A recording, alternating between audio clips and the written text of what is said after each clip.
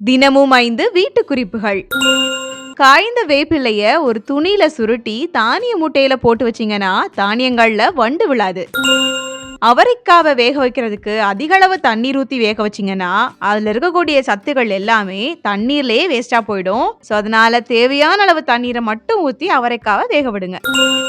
இப்பெல்லாம் ஆன்லைன்ல இந்த மேஜிக் ஸ்க்ரப்பர் தாங்க ஃபேமஸே. இது கிச்சன் கிளீனிங்க்கு மட்டும் இல்லங்க, வீட்ல இருக்கக்கூடிய எல்லா ஐட்டம்ஸுமே கிளீன் பண்ண முடியும். உதாரணத்துக்கு ஸ்விட்ச் போர்டு, பிள்ளைங்க கிறுக்கின செவுரு, நாள்பட்ட உப்பு கரைன்னு எல்லாத்தையுமே இதை வச்சு கிளீன் பண்ண முடியும். ஒரு மாசத்துக்கு பாத்திரம் கழுவுறதுக்கு மட்டுமே நம்ம எத்தனை ஸ்க்ரப்பர் வாங்கி போடுறோம் இல்லையா, அது எந்த அளவுக்கு முக்கியமோ அதே போலதாங்க இந்த மேஜிக் ஸ்க்ரப்பரும். ஒரு டைம் வாங்கி பாருங்க, கண்டிப்பா உங்களுடைய கிளீனிங்க்கு இது ரொம்ப ஹெல்ப்ஃபுல்லா இருக்கும். இந்த வீடியோல நான் அதை ட்ராக் பண்றேன். இன்ஸ்டால இந்த வீடியோ பார்த்துட்டு இருக்கீங்க அப்படின்னா லிங்க்னு கமெண்ட் பண்ணுங்க. மிளகாய் வற்றல் காரம் குறையாம நமத்து போகாம இருக்கணும்னா வாரத்துக்கு ஒரு தடவையாவது வெயில்ல காய வச்சு எடுத்து ஸ்டோர் பண்ணிக்கங்க.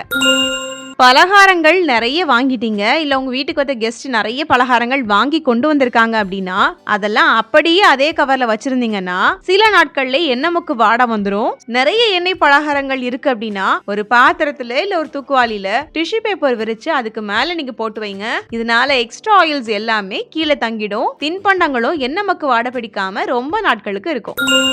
ஃப்ரெண்ட்ஸ், இதே போல வீட்டு குறிப்புகள் இன்னும் விவரமா தெரிஞ்சுக்கணும் அப்படின்னா மறக்காம நம்முடைய சேனலை சப்ஸ்கிரைப் பண்ணிக்கோங்க. அப்படியே பக்கத்துல கூடிய பெல் ஐகானையும் கிளிக் பண்ணிடுங்க.